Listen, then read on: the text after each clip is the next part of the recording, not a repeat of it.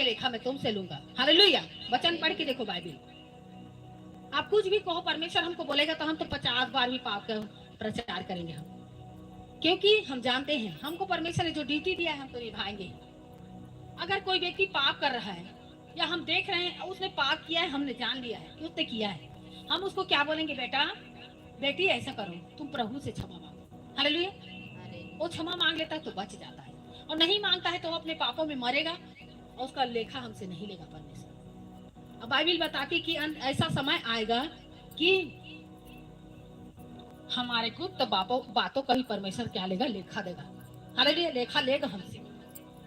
अच्छी बातों का भी लेखा हमको परमेश्वर देगा, अच्छी बातों का प्रतिफल परमेश्वर हमको देगा, बुरी बातों का प्रतिफल बुरा होगा। हालेलुया। तो क्यों हम न्यायासन के सामने में खड़े हुए? आप ही बताओ। न्यायासन के सामने खड़े होने से अच्छा है कि हम अपने गुनाहों को मान लें। ठीक है। तो परमेश्वर का वचन क्या कहता है? आंख बंद करें, सभी आंख बंद करें। और परमेश्वर ये चाहता है कि आज हमारे जीवन में परमेश्वर का काम हो। आज परमेश्वर आज ही रात क्या करना चाहता है तुम खुद नहीं जानते हो तुम, लेकिन बड़े काम करने चाह रहा है आज परमेश्वर से। बोले प्रभु धन्यवाद। आपको वचन कहता आओ हम आपस में बात विवाद करें। तुम्हारे पाप चाहे लाल रंग के हो तो भी इनके समान श्वेत हो जाएंगे, और अगर अगवारनी रंग के हो तो भी उनके समान उजले हो जाएंगे। प्रभु तूने कहा आज मैं अपने गुनाहों को, पापों को, जो मेरे पिता परमेश्वर ढिठाई के पाप, गुप्त पाप, ऐसे पाप जो मैंने तेरे विरुद्ध किए हैं, खुदा मेरे पापों को क्षमा कर। मैं आपसे प्रभु बात विवाद करती हूँ। बताओ परमेश्वर को अपने जीवन के बातों को बताओ। ये बहुत अच्छा समय जो प्रभु ने आपके दिया है। आज आप सेम नहीं जाएंगे, सच बता रही हूँ। अगर आप यहाँ क्षमा मांग के जा रहे हैं, पश्चाताप करें यहाँ पर आकर के, प्रभु हमारे जीवन में बातें थी, हमने ऐसा किया है, हमने ऐसा ढिठाई किया है, तो प्रभु आज हम आपसे सामने प्रभु वाद विवाद करते हैं। इस पाप से मुझे शुद्ध कर, मुझे पवित्र कर, मुझे इस चीज से तू बाहर निकाल। परमेश्वर मांगो परमेश्वर से, बोलो ये बहुत अच्छा परमेश्वर हमें समय दिया है।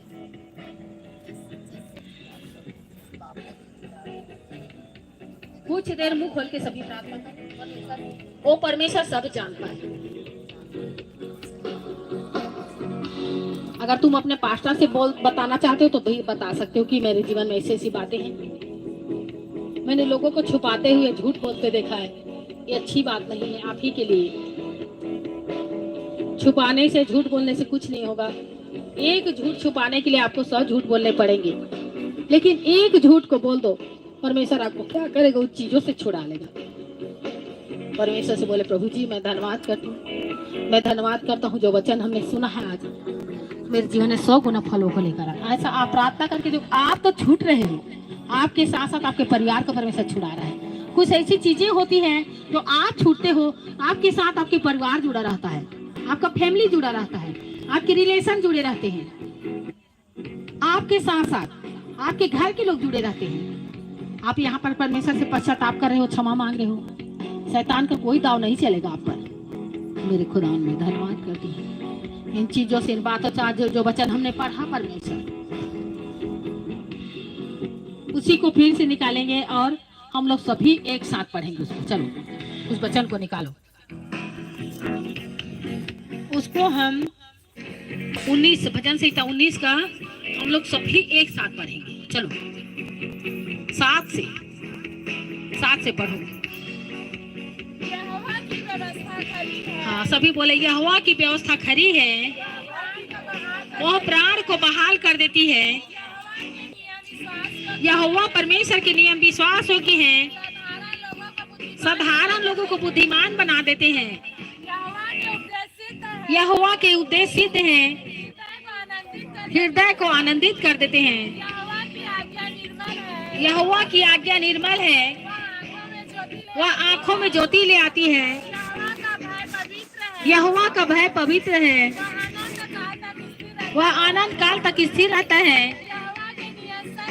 यहोवा का नियम सत्य है, पूरी रीति से धर्ममय है। वे तो सोने से, बहुत कुंदन से भी बढ़कर मनोहर है। वे मधु से, वे टपकने वाले छत्ते से बढ़कर मधुर है। उन्हीं से तेरा दास दासी चिताया जाता है परमेश्वर। उनके पालन करने से बड़ा ही प्रतिफल मिलता है।